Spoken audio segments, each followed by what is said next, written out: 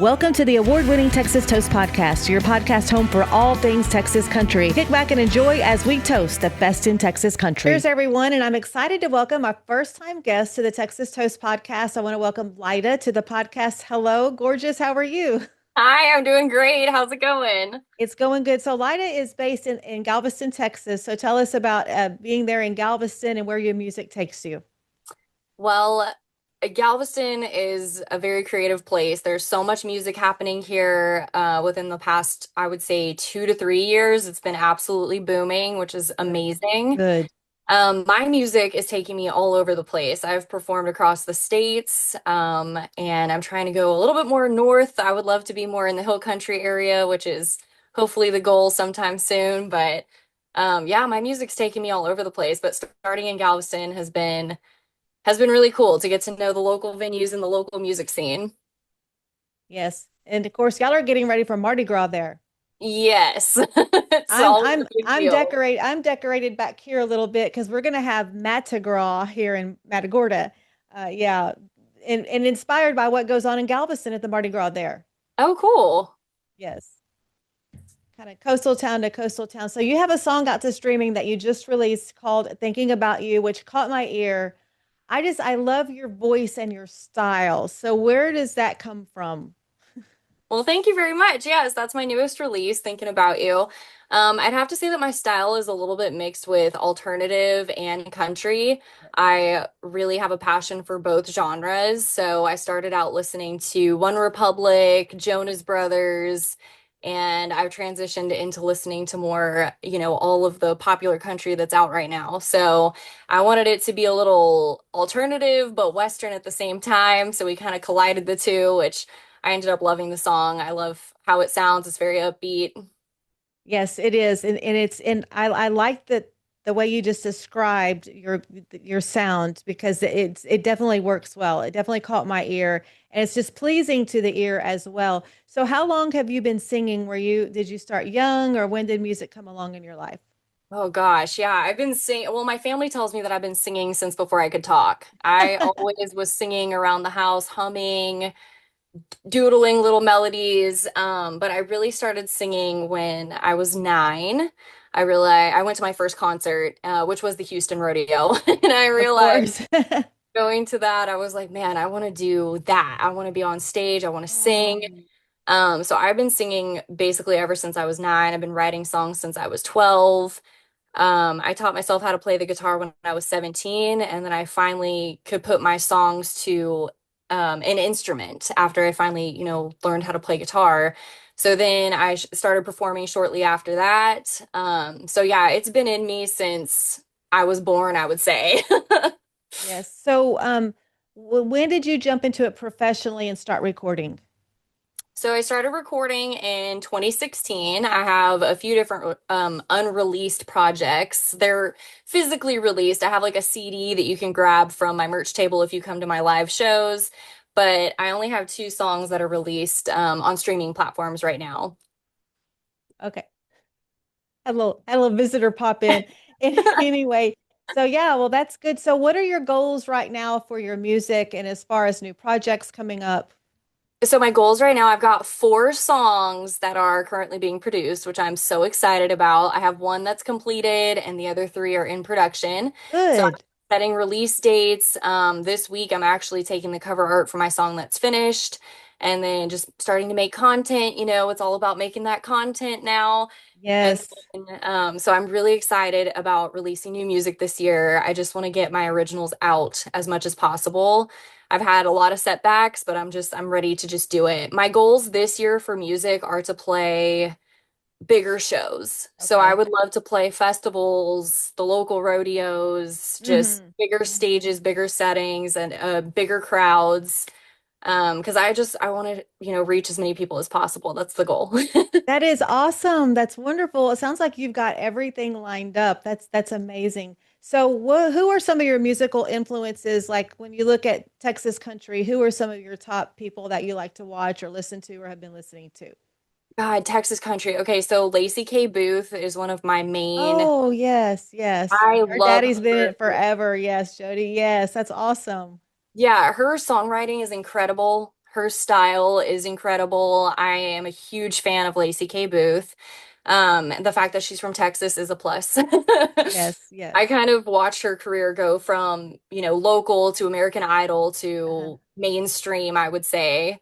I know that she's still independent, but she's mainstream in my eyes. So she's done very well for herself. She's a huge influence for me. And then, my boyfriend's gotten me into a lot of Texas country. So Randy Rogers, Kyle Oh, Clark, Colby Cooper. I mean, we go see these guys. We go dance, at the honky tonks when they're playing. So they're, I love being around that type of music too, just the deep-hearted country, Texas country. And then yes, Miranda Lambert is a huge influence to me as yes, well. She's from Texas and yes, she has her own label, management company. I mean, she is all for not just herself in the arts, but for artists that are coming yes. up. And so I really admire her work as well. Yes, and Miranda's one, let me tell you, she put the work in. She was one of the ones that went radio station to radio station with her mom back in the late 90s. She came by my radio station. And yes, so she definitely has put the work in and got out there and her big, loud whole project with the record label. That's so exciting and seeing the different faces that are getting signed on it. I know, it's incredible. Yes. Looks like my radio, looks like Texas Toast Radio just updated on us. Could you see that pop up? I didn't see it on my end, Okay, no. good, good. Oh well, business is business. So, as far as getting out and playing, where is your area? Where are you playing right now? So right now I'm Houston based, so I'm all over the Houston area, Clear Lake, Webster, League City, Dickinson, North Houston, South Houston, Tomball, Conroe, Good, good. Kingwood, just all the Houston area. I'm trying to take over that little section. That is awesome. That's Yeah. awesome. And you write your own songs. Yes, I do. And your songwriting, did that come along? How did that work in once you started developing playing the guitar and learning to sing? Was songwriting right away for you? I was writing songs way before I learned how to play guitar. Okay. I just didn't know. So when I used to write songs, I had to record all the melodies on this little MP3 player that I had. And because I couldn't remember them otherwise, I didn't know how to actually write the song. So I was doing that for a long time, many years. And then once I finally picked up guitar, I was like, oh, this is so much easier to put my lyrics and my melodies to an instrument.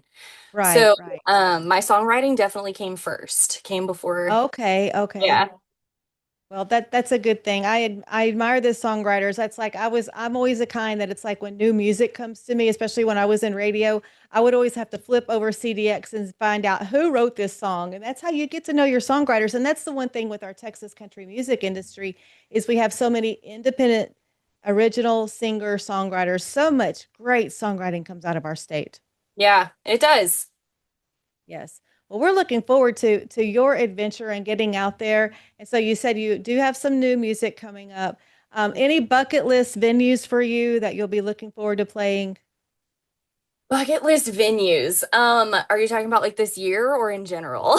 Oh, whatever. Maybe long term, short term. Long term, short term. So short term is obviously, like I said, the local rodeos. I would love to be involved with like Pearland, Pasadena Rodeo, Oh, that's a uh, good one. Houston Rodeo. I've been trying to get in there for like years. Like they have all kinds of different stages and different Yes, events they within the do. whole Yes, they rodeo. do. Especially during the cook-off. So anybody listening to this podcast, it should be coming out. Maybe it'll be kind of borderline getting you in there, but I think that would be a great place for you to play at one of the tents at the Yeah, and if yes. not this year, I know they're already booked up like for the actual rodeo series and everything, but hopefully for next year that would be amazing, huge goal of mine. But long term, I would obviously love to play the Opry. That would be Yes. just magic. So I cannot wait for that moment. Yes. So are you looking at down the road maybe releasing anything to radio? I would love to get into radio. So I don't even know the route to go. I've got some friends that are in radio. I've been really involved with 93Q lately, which is a Houston radio station. I think it's one of the biggest country radio stations in the world, which is crazy to me, but I've been involved with them, which is great, but I'm still trying to, figure out the route to take to get into radio, but I would love to be on radio. Well, there's a lot of good stuff that goes on in Texas country and red dirt radio also. Yeah. You might want to explore those options also.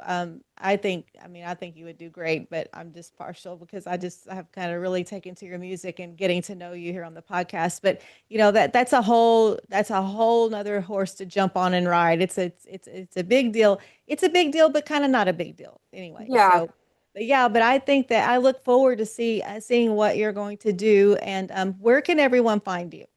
So you can find me on any streaming platform. I'm everywhere, every single streaming platform, Spotify, iTunes, Amazon, YouTube. All my social media is just Lyda Music. So it's very easy, Lyda.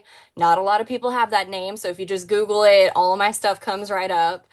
So I'm on Instagram, Facebook, TikTok, of course, YouTube, and I post updates constantly. You can find my live shows posted. I just posted my February tour schedule yesterday, and then I'll Awesome. be posting more individual shows coming up as well.